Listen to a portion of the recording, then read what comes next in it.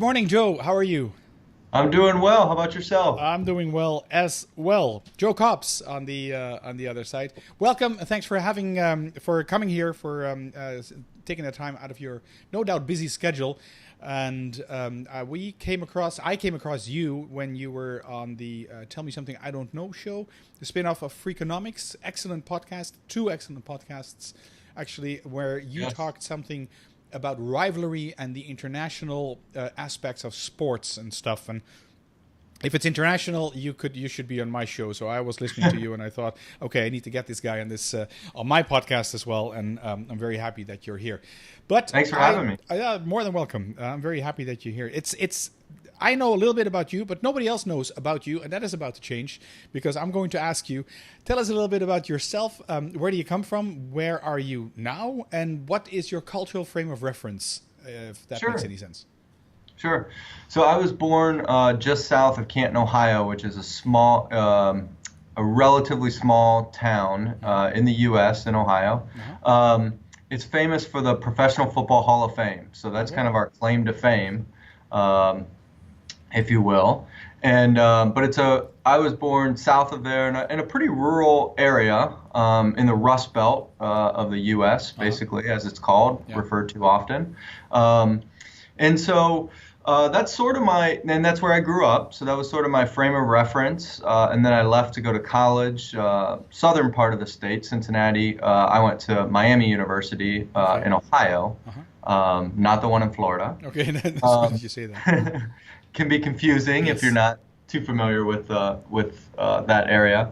And then I worked in Detroit for a little while for a sports agency, and went back and worked in college athletics for quite a few years at Ohio State and back in my alma mater at Miami as well. And then I decided that I wanted to go the route of a professor, academia, and went to University of Massachusetts for my PhD.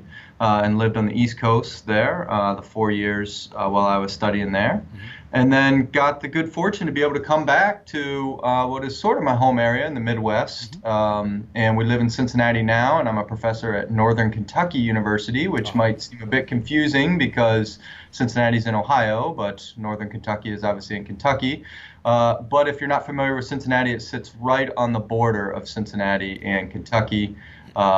And so the university itself is in Metro Cincinnati, but on the Kentucky side of the river. Okay. So as far as cultural framework, I'd say even though I live in a relatively urban area now and have kind of adopted that, I enjoy that and what goes along with that. But I grew up in very much a rural, more of a blue collar manufacturing, farming type area with not too much cultural diversity, I would say.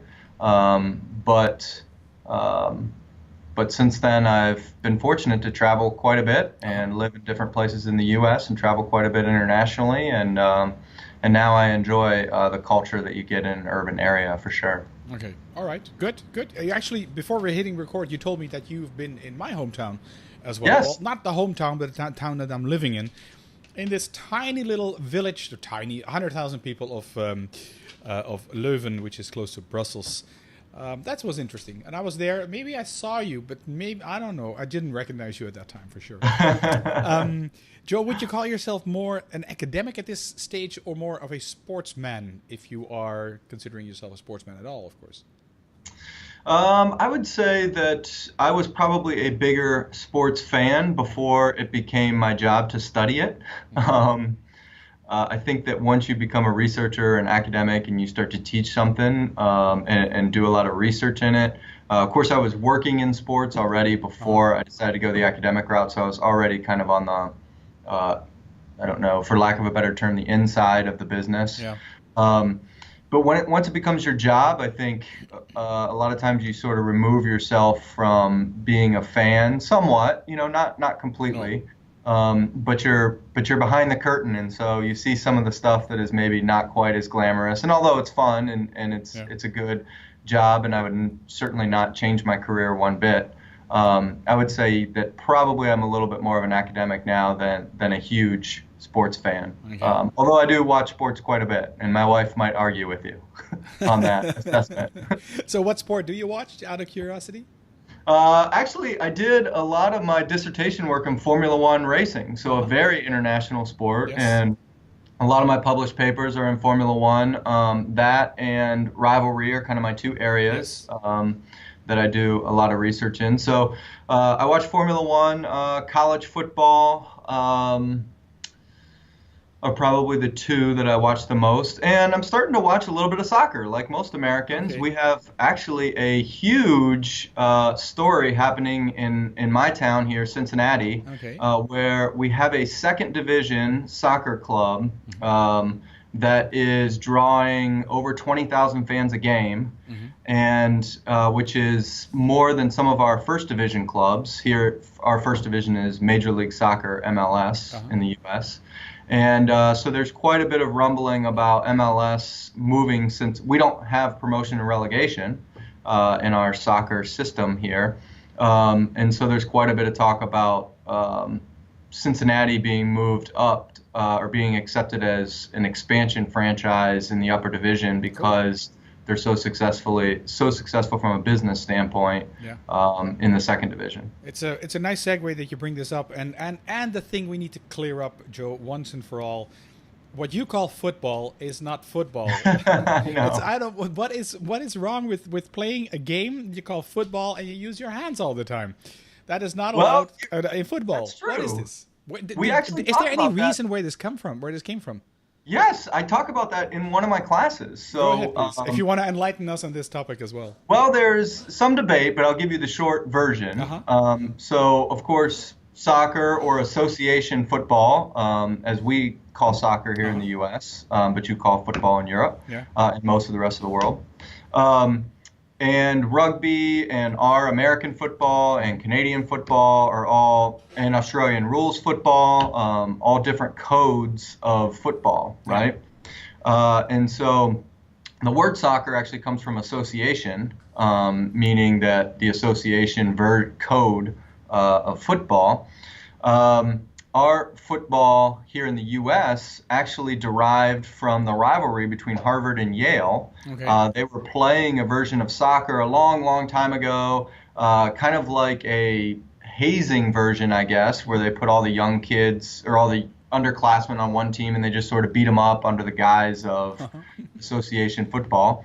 And so Harvard banned it on their campus, so they weren't allowed to play it, and so they started to play rugby instead. And to make a long story short, Yale wanted to continue to play Harvard, but Yale was playing association football, so they kind of came up with these hybrid rules that was a combination of a little bit of association football and a little bit of rugby, and that eventually derived into what we now have as American football. Right. So when you say association football, that means soccer. That is the European, rest of the world football. And when you say American football, that's with all the protection stuff, etc., and the odd-shaped ball. Yes.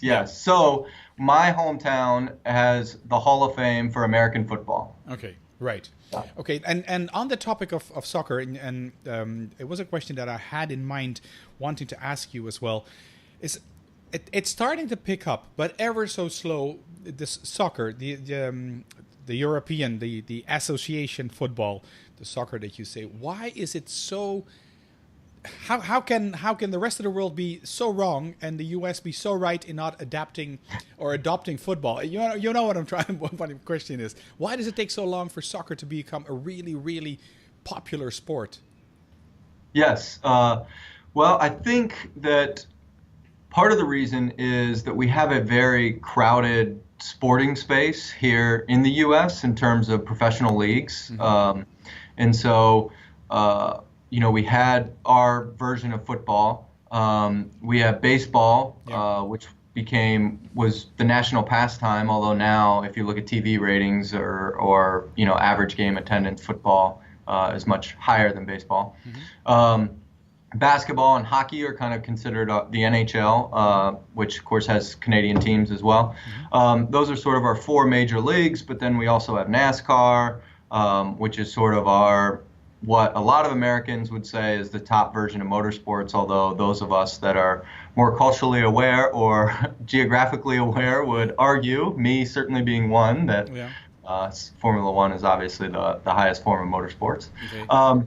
And so there was just a lot of barriers, I think, to soccer in terms of taking hold and breaking into the space here. I think that if you think about those four major sports that I mentioned, and even NASCAR, they all sort of derived in the U.S. or, hockey being obviously from Canada, but four of the original six teams in the NHL were in the U.S. Yeah. And in the U.S., we, are, like it or not, very independent as a national value. Yeah. And so I think that we were very reluctant early on about the time of the Industrial Revolution, when you started to have professional leagues starting to form because people had leisure time and stuff.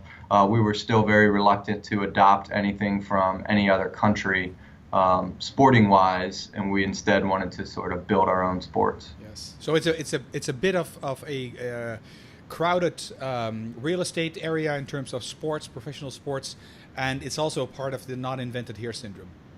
Yes. Yeah. Yes. Yeah. Correct. And do you think it'll progress? I mean, it'll grow because there's a market, there's commerce, and if there's commerce, then it will grow in the U.S. Mm-hmm. Anything that grows on commerce. Is it? That's a hard question to ask. Is it ever going to overtake one of the four other major sports that you mentioned? I think so. I mean, I think that soccer's growth here has been incredible in the last 10 years. Mm-hmm. So our major, like our top league, MLS, has been around for about 20 years now, just over 20 years. And it struggled at the beginning. Even a couple teams folded. But in the last 10 years, it's really grown. I think they're up to 22 teams now, and they've already announced that they're going to go to 28 in the next 4 years. Uh-huh. And eventually, I think they'll go to 30 or 32 like our other leagues. And I think, but it's not only that, it's the growth of streaming and the internet availability, right? So we can now stream a lot of EPL games. We can stream the bigger Bundesliga games from Germany. We can stream, some La Liga games here in the U.S. And so I find in my classes and in some of the respondents that we talk to from a research standpoint that they might not be into our MLS at all, but they're huge Real Madrid fans, or they're huge fans of, pick your team, Dortmund, Borussia Dortmund. Yeah, I've heard that as well. So some Latinos as well that support Madrid and not Barcelona, and they watch the Spanish league as well, in Spain only. And only last week I was in Mexico, and the national team of Mexico was playing Russia, and they beat. Was it Russia? I think it was Russia. They beat the Russians 2-1. If it was Russia, I'm starting to doubt now. Anyways, and the Mexicans are soccer, football crazy, and you seem to be quite cold still, but slowly easing and warming towards the subject, I think, which is nice. Yeah.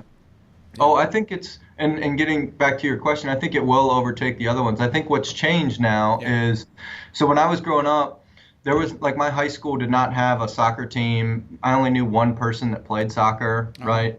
But that's not the case anymore, right? And so it took a while for it to grow from a participation standpoint, but then those people in that generation, maybe the millennials, played soccer a lot more, and now those millennials are getting to where they have some discretionary income, right? They're getting to the age where they're getting close to starting to have kids themselves, right? And so those are the people that can support a league, right? That can buy the merchandise, that can buy season tickets, that will watch the games on TV, and that's really what you need to support the growth of a sport, is that kind of backing. Yeah, but just like you said, it's been going strong for the last 10 years, indeed.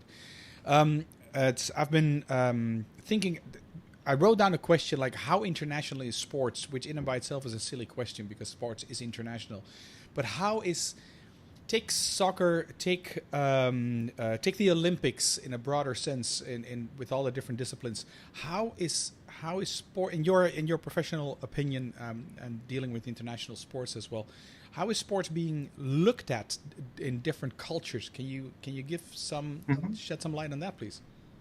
Sure. I think that one of the things that I talk about, or I try to convey to a lot of my undergrads, is sports takes on different meanings in different areas of the world, different regions. And specifically what I mean by that is here in the U.S., and not all my students, but most of them, grew up here in the U.S. or mostly even in the Midwest. Our teams do not have political affiliations or religious affiliations, or, we don't have a team that represents the immigrants and another team represents, the original settlers.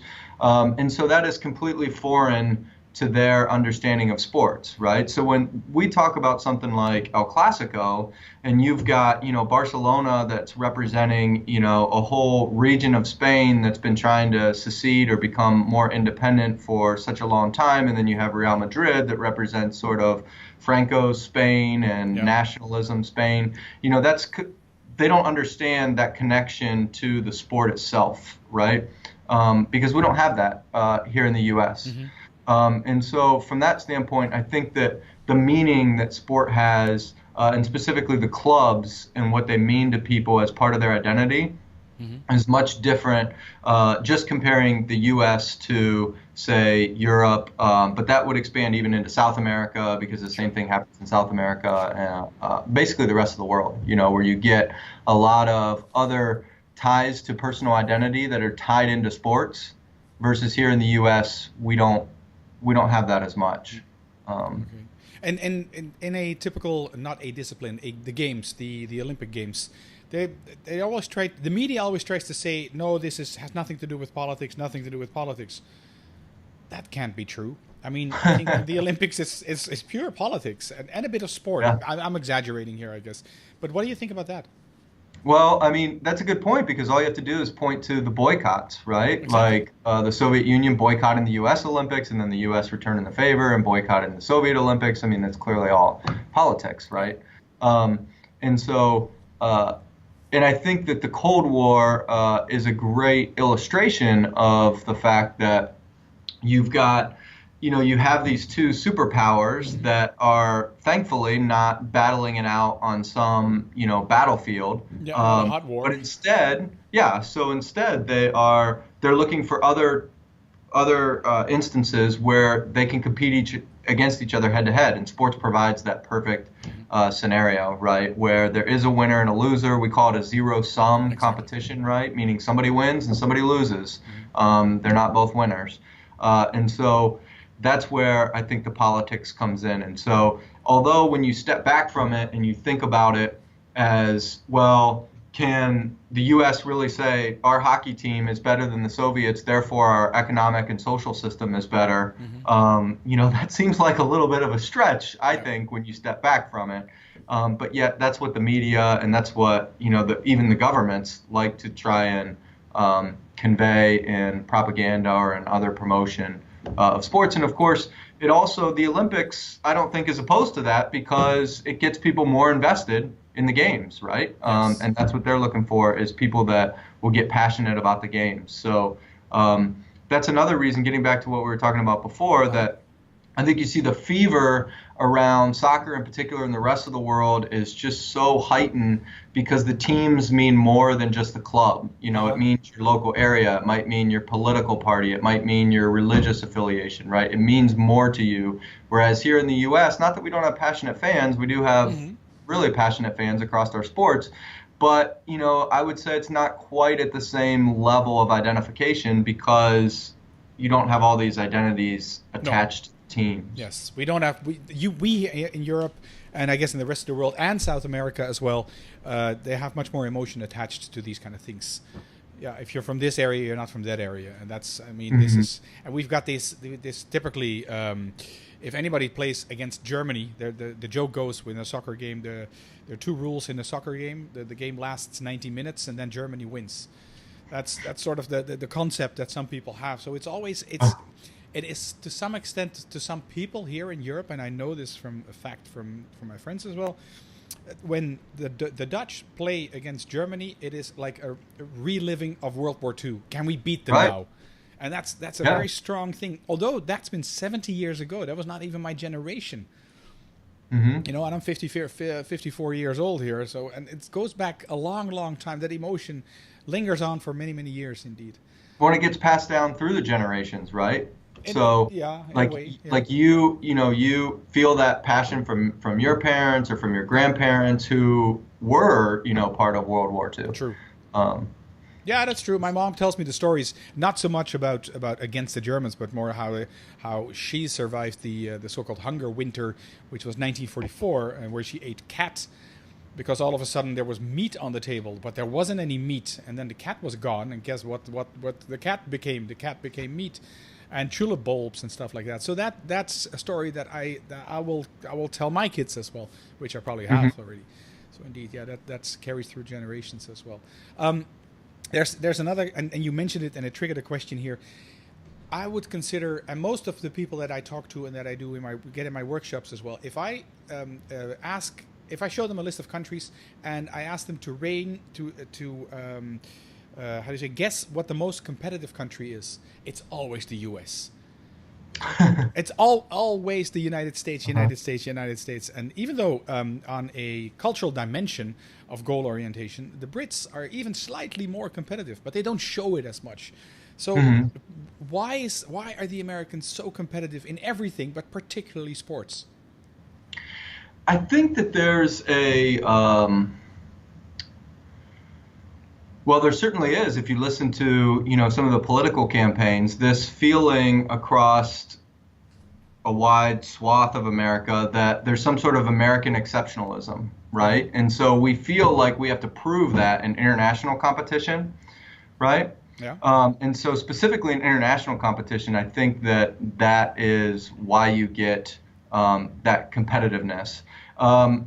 In domestically, I think that it just goes to sort of what I was talking about a little bit previously, both our individualism as a cultural dimension, but also our strong value of capitalism, right? And the American dream, which goes both ways, right? In terms, there's a lot of research that shows that the American dream is maybe questionable in terms of other countries have just as much opportunity to advance. Individuals have just as much opportunity to advance themselves as they do in the U.S. But I think that idea is part of our national fabric, right? And so while that speaks to if you work hard, you will do really well, there's also the flip side of that, where if you don't work hard, then you get what you get, right? Like you're not willing to work hard, then too bad for you, right? And I think that's sort of part of our ethos as a country in the U.S. Obviously, we're very diverse, but it's sort of built into our national fabric. And so I think that competition comes out of that, right? That it's sort of everybody for themselves because we're individualists, and also, that by beating others, I can lift myself up or lift my in-group up, whatever I identify with as my in-group. And the other person or the other team or the other group has the same possibilities, and if they don't, then I do. Correct. So you see it as kind of a zero-sum situation. Well, especially in sports, right? Exactly. Yes. You see that. Yeah, and that's something that I know many Americans they frown and they show a face like, how can this be possible? When I tell them that many Scandinavian countries are people from Scandinavia and from the Netherlands, the kids going into sports, they go there to participate, not to win. The purpose is not to win. The purpose is to do the sport and to enjoy the teamwork, etc. Now, I think in many American colleges, universities, that's being said as well. Like, it's important to participate. Nobody believes it. Is that true? I would say like a lot of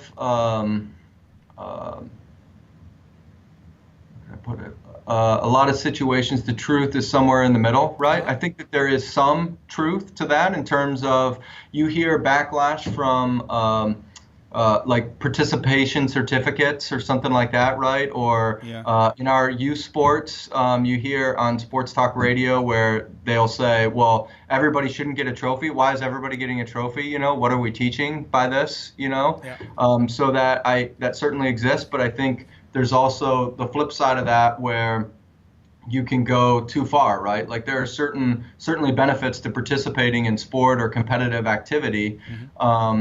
Beyond just the winning and losing, you know, and so and we have, you know, there's of course instances where parents go overboard in youth sports, you know, and fights break out or something like that, and then you get the conversation of, hey, we've gone a little bit too far, or this group has gone a little bit too far, right? Like let's pull it back and say and look at the real reason that have youth sports from a competition standpoint. And there are soccer leagues, a lot of our soccer leagues where they don't keep score up until a certain age. But a few of my friends have kids that are in some of those leagues, and you know, I asked them about it, and they're like, "Well, all the parents sit there and keep score. You know, they might not keep score like on the officially, but every parent who's sitting there knows what the score is." Yeah, it's a bit of window dressing in a way. You can't take it, like you said, you can't take it out of the fabric of the American being, I guess. Yeah, true. You also talk about rivalry and competitiveness, etc. You run a website, or is it a business as well, possibly? NoRivalry.com. Can you tell us a little bit about that? It's not a business, at least not yet. So right now it's just for research purposes and disseminating our findings. So it's No Rivalry, that's correct, but it's KNOW Rivalry. And right at the moment, we have data from sports fans, as you pointed out, mostly or pretty much all U.S. and Canada sports fans. So we have all of the major leagues in the U.S. except for the NBA. We have that data. It's just not up on the website yet. So that means we have Major League Baseball data. We have American football, NFL data. We have our MLS, our top soccer league. That data is up there. And the NHL as well. And then we have American college football data up there as well. So the data that's up there, basically there's a page for every team, and it says how those teams' fans view rivalry. So who do those teams' fans say are their biggest rivals? And then you can go to the other team and say, is it reciprocated or is it not reciprocated? Right. So these are not score statistics, and this is not what the team itself says. Correct. This is the fans, fans of the team. So it's not the team, and we did that deliberately, right? So we wanted to know, what do the fans think? Yes. For each one of these teams. And so we recruited these respondents off of team message boards where, you know, you're going to find your most highly identified fans, and we used identification measures just to compare identification and things like that. And what's the purpose? Why would I go there? What can I do? So we get a lot of fans that go there because they just want to see, like on our sports talk radio or in our media, when two teams play each other, they'll use the word rival, or they might say, you know, is this the biggest rivalry in baseball or something like that? And so it's been debated for decades, right? But no one's really put any sort of quantitative analysis to it. And so from a sort of popular standpoint, that's the purpose. From a research standpoint, what we look at is not so much at a team level, although that's the data that's up there. We look at it at a more aggregate level as to how do fans view the rival fans in terms of, we use discrimination measures, and we use measures of prejudice, and we use some Schadenfreude measures to see what are the negative impacts potential negative impacts of rivalry, and then what rivalry factors are those related to, right? So on one side of rivalry, you have things like geography that will contribute to it, frequency of play, cultural difference, or extreme cultural similarity will contribute to rivalry as well. And we look and see, how do those elements relate to feelings of discrimination toward the rival fans or feelings of prejudice. So that's our academic purpose, is to look more at that and see where we'd like to get eventually is two avenues. One being from the business side. So how can businesses take our understanding of rivalry in sports and use it to drive their own businesses, right? By having a defined out group and emphasizing certain things. So a great example, at least here in the U.S., I think it was an international campaign, but Apple and PC, or Apple did this campaign where it was kind of a cool actor, Justin Long, was supposed to represent Apple, and then you had John Hodgman, this comedian in a suit and everything, and he was supposed to represent basically Microsoft or PC. Yeah, Windows, yeah. Yeah, and so they created this dichotomy between the two to show that, hey, this is what we are, and this is what the opponent is, and if you're more like Justin Long, the cool guy, then you should have Apple. Right. I think it was like so that's a good example of sort of a rivalry execution in marketing.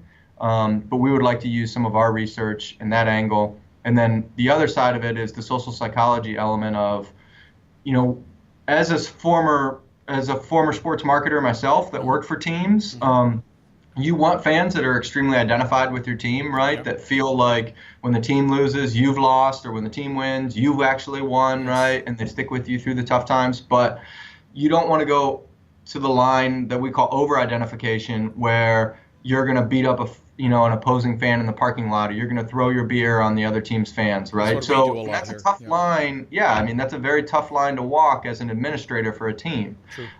So we're trying to use some of our data to see where is that line, what influences that line from a fan social psychology standpoint. Right. Okay, are you going to, because this must be a huge chunk of data in total, only American and Canadian, are you going to pull this internationally as well? Yes, actually my research partner, so if you go on the website, you'll see that it's myself and David Tyler, who's a professor at Western Carolina University. He's actually, as we speak, in Germany right now, working with a couple of professors there to try and start data collection in Bundesliga in Germany on rivalry. And then we're also working in India to try and collect some cricket data. And hopefully we'll be able to I'd like to collect some EPL and some Australian rules football data as well. And we've had a lot of people, such as yourself, from outside of the U.S. that will visit our website and then will contact us and say, when are you going to release the EPL data?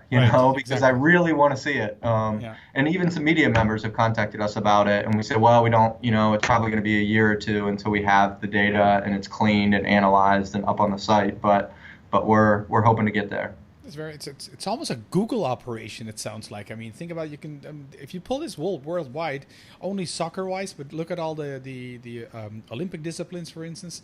If you can get that kind of stuff in there, that's like Google Earth on sports, I guess, to some extent. Yeah. Potentially. I mean, it's kind of a grand plan. It's probably going to take decades to get, everything, and but it's fun, and I get a lot of my students involved with it too, in terms of understanding from a learning outcome how to build surveys, how to collect data, how to clean the data, analyze the data, how to pull out results that are meaningful and statistically significant and that sort of thing. So we kind of use it as a learning opportunity for the students as well, and it's something that they get excited about, right? Because a lot of students care about it's an engaging subject in and by itself, but you do in a way you do boring research in terms of filtering and discriminating and stuff like that, and but the subject is nice. So that's a nice good side effect, I guess. Joe, I'm looking at the time here. I have I have three more questions for you, and one I wanted to ask in the beginning. It said in your LinkedIn profile, it says your specialities are sports sponsorship, rivalry, Formula One racing, which we talked about, and green shoes. What is that? I've got my. If you're watching on Skype, I got my green. He's got his green shoes on. Amazing. Right here. What is that? So it's kind of a fun thing. It doesn't really have anything to do with my research, but on campus I'm known as Dr. Green Shoes because I think it was 3 or 4 years ago, our social work department, which is not, I'm in the College of Business. They're in a completely different college, but but they started a food pantry on our campus for students that, had food insecurity, were not sure, where they were going to get their grocery money or what they were going to do. And obviously you can imagine when you're hungry, it's pretty hard to learn. And so I thought it was such a great initiative on campus that I said, hey, I'm going to wear green shoes for the entire semester, and I'm going to call it Green for Groceries. I'm going to donate a food item to the food pantry for every class I teach in green shoes. And then obviously when I have green shoes, people ask me, students ask me like, what's with the green shoes, and it gives me a chance to say, hey, it's Green for Groceries. There's a food pantry on campus. You should check it out, or you should tell your friends who might need to check it out. And then at the end of the semester, my students said, are you going to stop wearing green shoes? Everybody kind of knows you by your green shoes now. And I'm like, well, I have 3 or 4 pairs of green shoes, so I might as well keep doing it. So it's now a good marketing. It's been like 4 years, Absolutely, excellent. I'm gonna keep going. Really nice. And we did not rehearse this. You were wearing these green shoes already by yourself. Yes. You did not know. I'm on campus. Anytime I'm on campus, I'm wearing green shoes. If you see me in the city of Cincinnati, I may or may not be wearing green shoes. But if you see me on campus, you can count on it. If there's one European Academy Marketing whatever summit going on in the city where I am, I'm going to look at the ground and see if I can actually. There you go. I do wear them at conferences most of the time. Okay, excellent. Great idea. As you can imagine, it gets a little tricky at a formal situation with a suit and tie to find green shoes. But it's a great story, anyways. Yeah. All right. The one but last formal questions. Can you give us 3 tips to become more culturally competent, please? Yes. I think, thinking about my own life, as you asked me at the beginning, a great question to open, and being in an area that was, I would say, not culturally diverse, the way that I feel like I became a lot more culturally competent was, number one, reading. Is just reading about other cultures, being intellectually curious, and I think that in this day and age, obviously you can access content from all around the globe. So I think reading is a big key, and watching documentaries. I'm a big documentary fan. And so I will watch quite a few documentaries. That's what I do when my kids go to bed. My wife and I watch a lot of documentaries. Travel, of course, that's a pretty obvious one, but that's a little bit more cost prohibitive for some people, perhaps sometimes, but it's getting cheaper and cheaper. True. So I think that travel is certainly one. And then the third one, along the lines of just reading, which doesn't cost much at all, right, in terms of the library, using your local library, is just meeting people that are in your own community that are a lot different from yourself, that have either traveled from somewhere else or just have a different life experience. They don't have to be from anywhere else, but if they have a different life experience than you might have, I always find it fascinating to talk to people about the first question that you asked, what's your story? Where did you grow up? And, what was your family like, or your situation that you came from? So I think that intellectual curiosity or that cultural curiosity, you can grow in that without spending a lot of money, even if you can't afford to travel or you're not able to travel physically. There are other ways. Good stuff. Good points. I like watching documentaries as well. And I get to travel, which I like to do as well. Yes. That's one thing I love about my job. Yes, is I get to travel quite a bit. You got the travel bug then. All right, Joe.